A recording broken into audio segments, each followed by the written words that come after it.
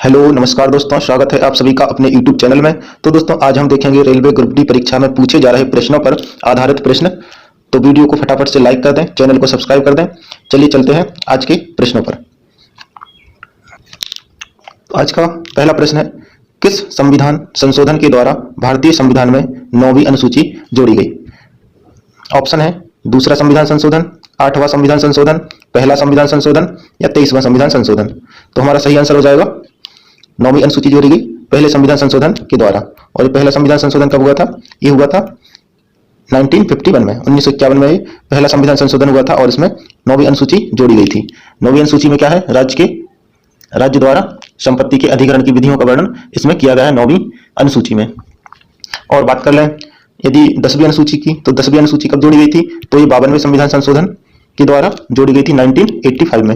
1985 में 10वीं अनुसूची 52वें संविधान संशोधन के द्वारा जोड़ी गई, जो दल बदल से संबंधित है। 11वीं अनुसूची की बात करें तो ये 73वें संविधान संशोधन द्वारा 1993 में जोड़ी गई और ये पंचायती राज से संबंधित है। पंचायती राज के बारे में क्वेश्चन बहुत ज्यादा पूछे जा रहे हैं परीक्षा में, तो इस पर ज्यादा ध्यान देना चाहिए। और यदि बात करें 12वीं अनुसूची की, तो ये 74वें संविधान संशोधन 1993 के द्वारा इसमें जोड़ी गई थी, जो कि स्थानीय स्वशासन से संबंधित है। वो चारों चीजें आपको बहुत अच्छी तरह से याद रखनी है, इन्हीं में से क्वेश्चन पूछे जा रहे हैं। और यदि क्वेश्चन पूछा जाता है 11वीं अनुसूची में विषय कितने हैं, तो 11वीं अनुसूची में कितने विषय हैं? 29 विषय हैं। और यदि बात करें 12वीं अनुसूची में, तो इसमें 18 विषय हैं। तो ये भी आपको याद रखना है।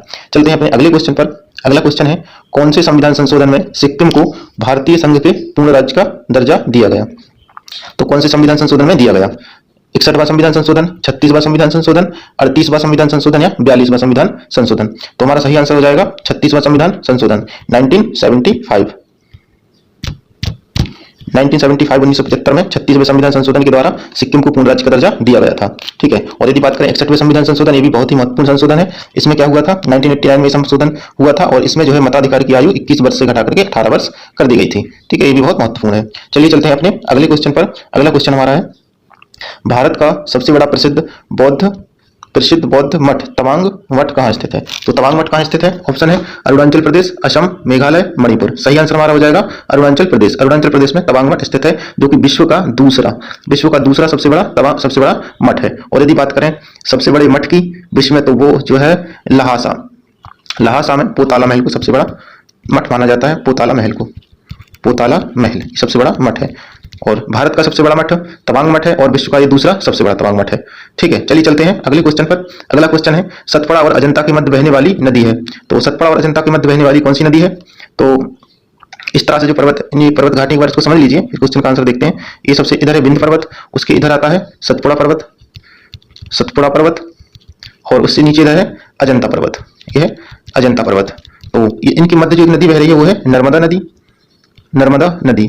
बिंद और सतपुड़ा के मध्य कौन सी नदी बह रही है? नर्मदा नदी। और सतपुड़ा और अजंता के मध्य कौन सी नदी बह रही है? तो इधर फिर जा रही है ताप्ती नदी। ठीक है, तो ये क्वेश्चन पूछा जाता है, इसमें पूछा गया है सतपुड़ा और अजंता के मध्य। तो सतपुड़ा और अजंता के मध्य कौन सी नदी बह रही है? ये बह रही है ताप्ती नदी। तो हमारा इसका आंसर हो जाएगा ताप्ती नदी। और यदि बिंद और सतपुड़ा के बीच पूछा जाए तो कौन सा हो जाएगा? नर्मदा नदी। ठीक है, तो उसका नर्मदा हो जाएगा। ये बहुत इंपॉर्टेंट है। चलिए चलते हैं अपने अगले क्वेश्चन पर। अगला क्वेश्चन है,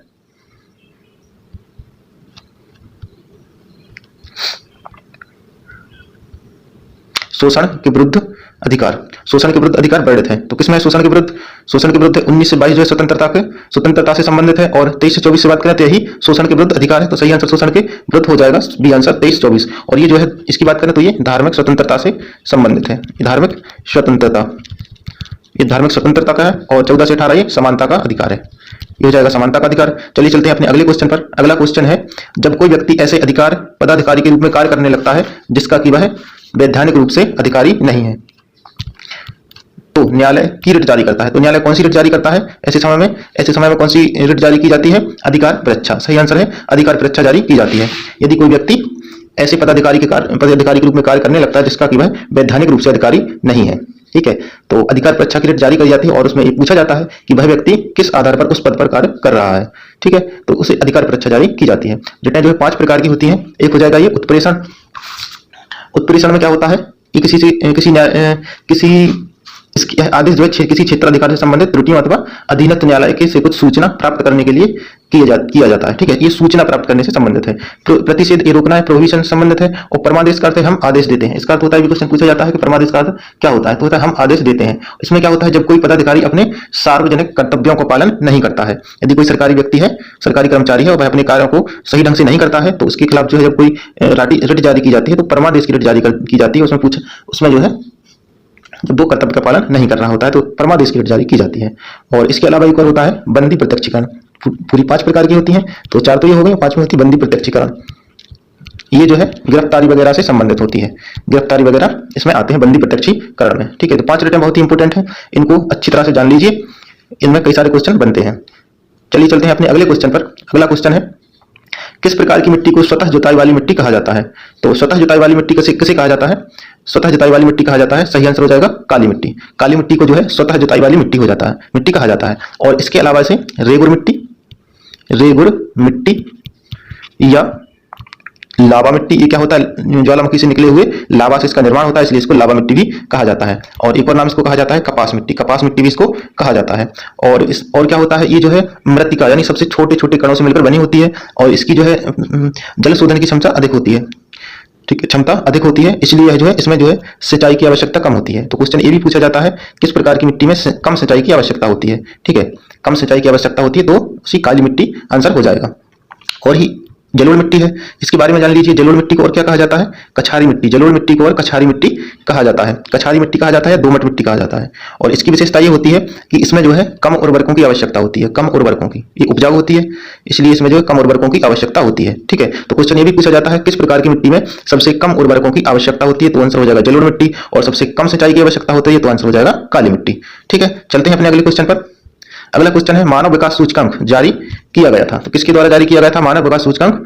अच्छा, किसके द्वारा जारी किया जाता है, तो किस संस्था द्वारा जारी किया जाता है? तो सही आंसर हो जाएगा हमारा UNDP, United Nation Development Programme के द्वारा, यानी संयुक्त राष्ट्र विकास कार्यक्रम के द्वारा जो है जारी किया जाता है। और ये कब जारी किया गया था? जारी किया गया था सबसे पहले 1990 में। और ये किनके द्वारा किया गया था? पाकिस्तान के एक थे, क्या कहते हैं, महबूब उल हक, अर्थशास्त्री महबूब उल हक के द्वारा सबसे पहले जारी किया गया था, महबूब उल हक। और भारत के जो है अर्थशास्त्री थे इनके साथ में अमर्त्य सेन, इन दोनों के द्वारा जो है इसका प्रतिपादन किया गया था मानव विकास सूचकांक का। कब किया गया था? 1990 में। तो सही आंसर हो जाएगा 1990।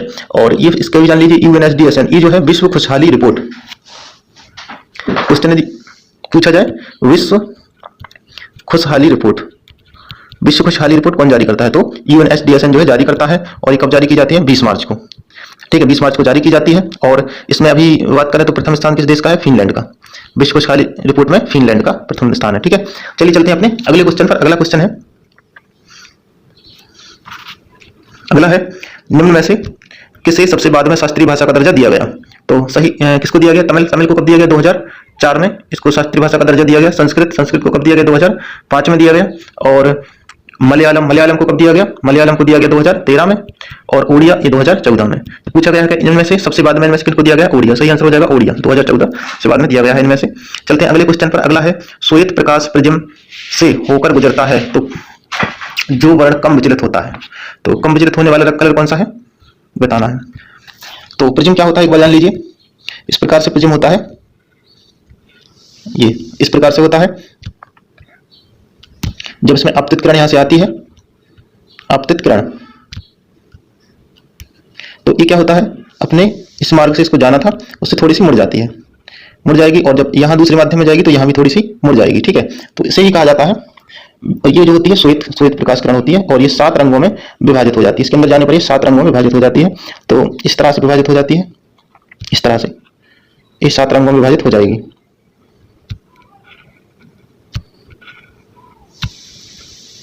और ये 7 रंगों में इस तरह से विभाजित हो जाती है। तो सबसे ज्यादा जो विचलित हुई, तो ये वाली किरण तो जो है सबसे कम विचलित हो रही है, ये वाली, और ये सबसे ज्यादा विचलित हो गई है। तो इसे ये कौन सी होती है? ये होती है वॉयलेट। ये कलर भी याद रखना है, जो सबसे ज्यादा कौन सी विचलित हुई? वॉयलेट। उसके बाद है इंडिगो, और ये है ब्लू। उसके बाद ये है ग्रीन, और उसके बाद ये है येलो, और ये है उसके बाद ऑरेंज, और उसके बाद सबसे ऊपर है रेड।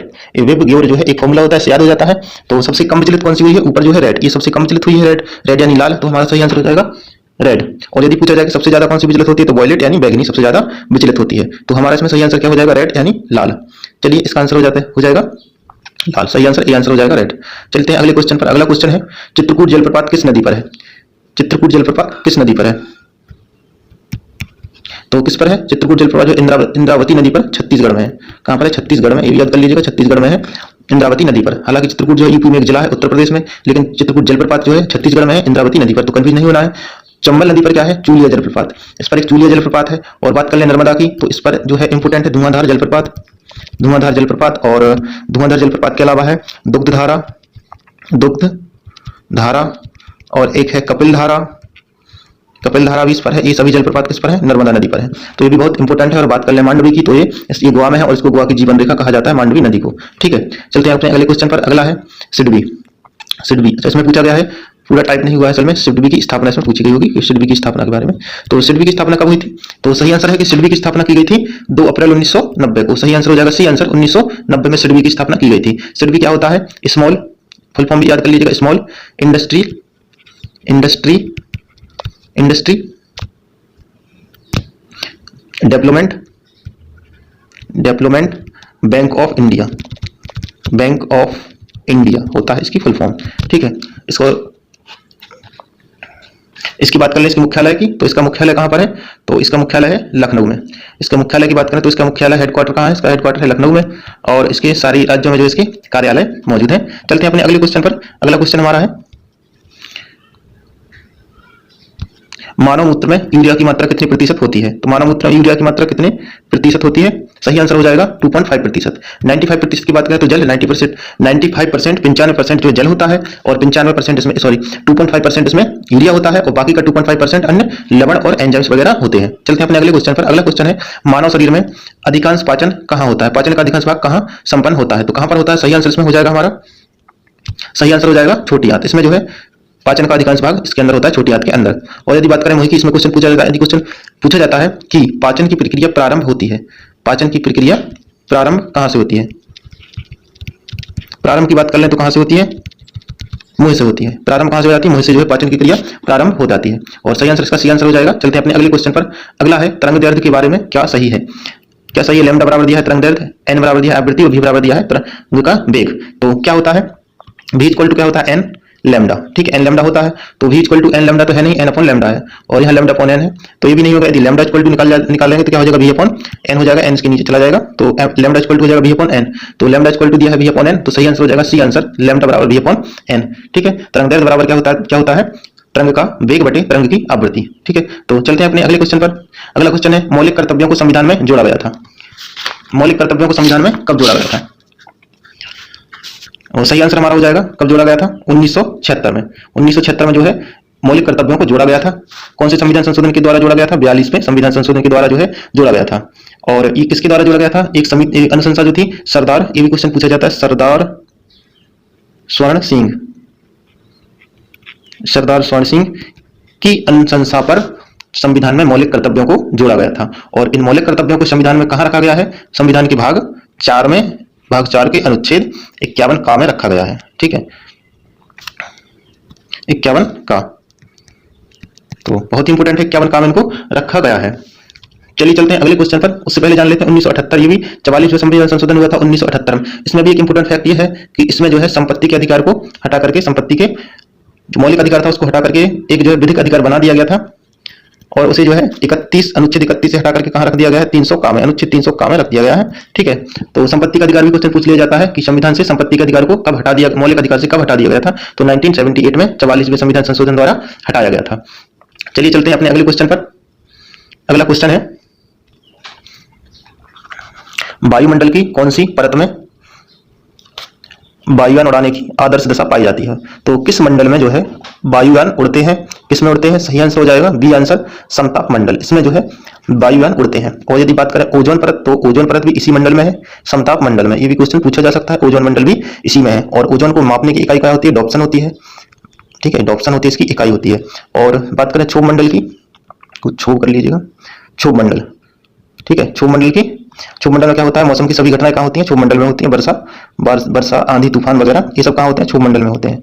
तो ये भी आपको इंपॉर्टेंट रखना है। और क्षोभ मंडल को अधोमंडल या संवहन मंडल भी कहा जाता है। और बात करें आयन मंडल की, तो आयन मंडल किस लिए जाना जाता है, इसमें जो है संचार उपग्रह उपस्थित है। संचार उपग्रह कहाँ पाए जाते हैं, कहाँ है संचार उपग्रह, तो संचार उपग्रह स्थित है आयन मंडल में, ठीक है, तो उसका आयन मंडल हो जाएगा। चलिए चलते हैं अगले क्वेश्चन पर। अगला क्वेश्चन है संविधान में 9वीं अनुसूची कब जोड़ी गई। अच्छा, ये क्वेश्चन पहले पूछा जा चुका है, इसके बारे में डिटेल से बता चुके हैं कि कब जोड़ी गई। तो संविधान में 9वीं अनुसूची 1951 में जोड़ी गई, ठीक है। और 10वीं सभी 4 अनुसूचियां जो है पहले क्वेश्चन में बता दी गई है। क्वेश्चन दोबारा आ गया है, रिपीट हो गया है। चलते हैं अगले क्वेश्चन पर। अगला क्वेश्चन हमारा है निम्नलिखित में से कौन सा एक उष्णकटिबंधीय सदाबहार वन का उदाहरण नहीं है। तो उष्णकटिबंधीय सदाबहार वन का उदाहरण कौन सा नहीं है, सिंकोना, सिंकोना तो है, रबड़ ये भी है, नारियल ये भी है, खेजड़ी ये नहीं है, ये जो है मरुस्थलीय वृक्ष है, ये मरुस्थलीय है। और इसे जो है मरुस्थल का राजा कहा जाता है खेजड़ी को, खेजड़ी को जो है। और इसके अलावा जो है मरुस्थलीय वन में और भी होते हैं, नागफनी भी आता है इसी में, नागफनी हो गया, नागफनी आता है मरुस्थलीय वृक्ष में, बबूल हो गया, बबूल, केक्टस हो गया। तो ये सभी जो है मरुस्थलीय वृक्ष हैं। चलिए चलते हैं अपने अगले क्वेश्चन पर। अगला क्वेश्चन है द्वितीय बौद्ध परिषद किसके शासनकाल में हुई थी। तो द्वितीय बौद्ध परिषद किसके शासनकाल में हुई थी, तो अजातशत्रु, ये तो इसके समय जो पहली बौद्ध परिषद हुई थी। कालाशोक, इनके समय में जो है दूसरी बौद्ध परिषद हुई थी। सही आंसर हो जाएगा बी, कालाशोक। तो पहली बौद्ध परिषद जो है अजातशत्रु के समय में हुई थी और इसके अध्यक्ष कौन थे, महाकश्यप थे। और दूसरी जो है कालाशोक के समय में हुई थी, इसके समय कौन थे, अध्यक्ष कौन थे, शुभगामी, शुभगामी थे।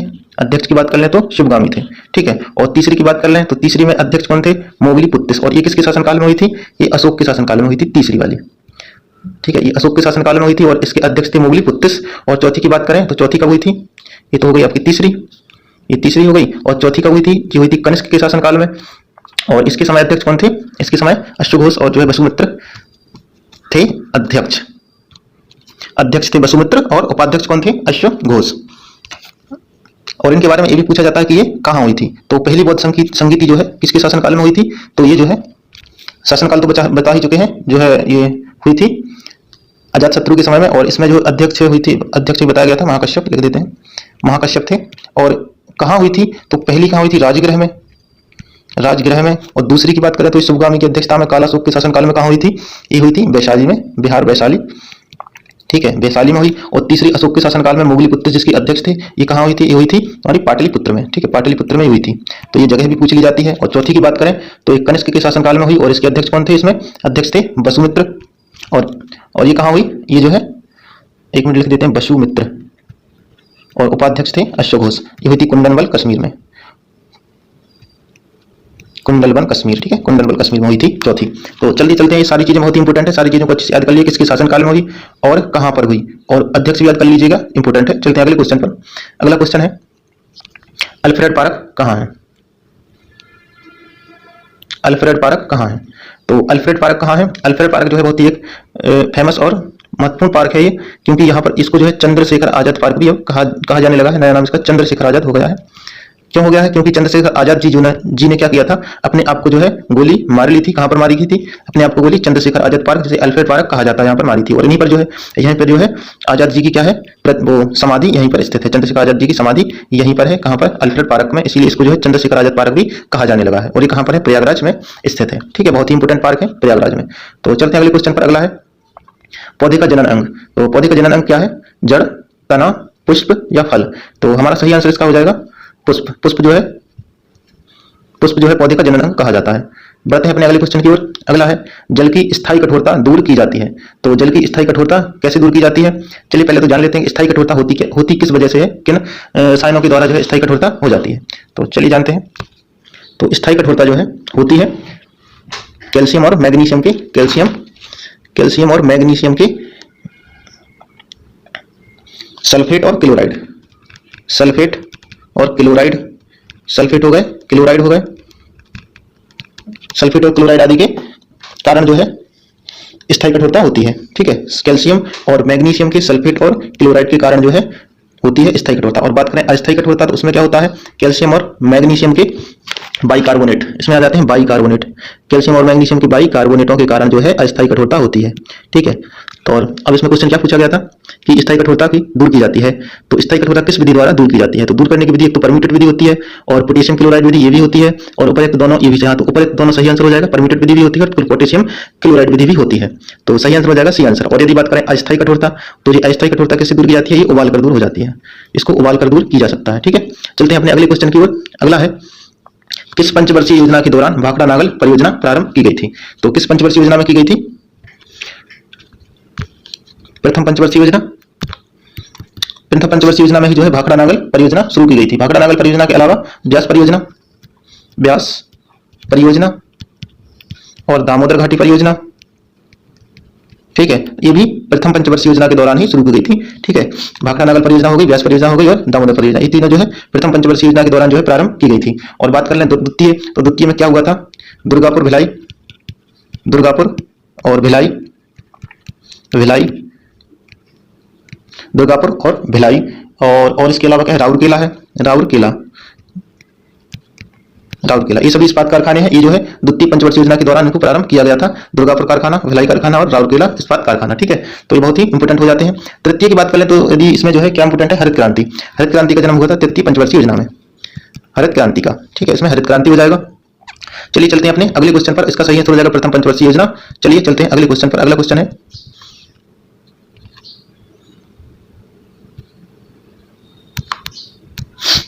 अगला क्वेश्चन है माउंट एवरेस्ट किस हिमालय का भाग है, तो माउंट एवरेस्ट किस हिमालय का भाग है, तो माउंट एवरेस्ट जो है नेपाल हिमालय का भाग है, इसका सही आंसर हो जाएगा नेपाल हिमालय, नेपाल हिमालय का भाग है माउंट एवरेस्ट। और नेपाल हिमालय में इसके अलावा कंचनजंगा, कंचनजंगा ये भी नेपाल हिमालय का भाग है, और इसके अलावा धौलगिरी, धौलगिरी पर्वत ये भी कंचनजंगा का भाग है, और मकालू पर्वत की बात करें तो ये भी नेपाल हिमालय का भाग है।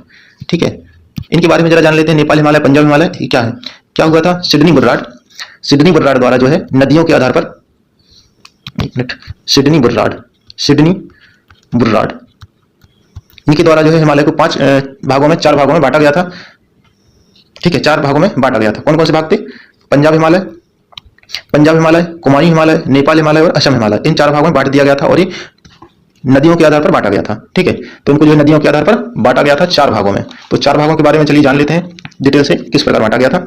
तो इस प्रकार है ये, जैसे ये हो गया पंजाब हिमालय, शॉर्ट में लिख देते हैं पंजाब हिमालय, और उसके बाद कुमायूं हिमालय, और उसके बाद नेपाल हिमालय, और चौथा है असम हिमालय। ठीक है, इसके बारे में इंपोर्टेंट क्वेश्चन जो पूछा जा सकता है, इधर जैसे ट्रिक लिख देते हैं, सिंस, ये हो गया सिंध नदी, ये हो गया सतलज नदी, और ये हो गया काली नदी, और ये हो गया तिस्ता नदी, और ये हो गया हमारा दिहांग नदी। ठीक है, क्वेश्चन ये पूछा जाता है कि पंजाब हिमालय किस नदियों के मध्य है, तो ये हो जाएगा सिंध और सतलज के मध्य, सिंध और सतलज के मध्य हो जाएगा कौन सा, पंजाब हिमालय, और सतलज और काली नदी के मध्य हो जाएगा कुमायूं हिमालय, काली नदी और तिस्ता नदी के मध्य हो जाएगा नेपाल हिमालय, तिस्ता और दिहांग नदी के बीच हो जाएगा असम हिमालय। तो ये भी ट्रिक अच्छी तरह से याद कर लेना है, सिंस का तीदी पंकु नेया, इस तरह से याद कर सकते हैं।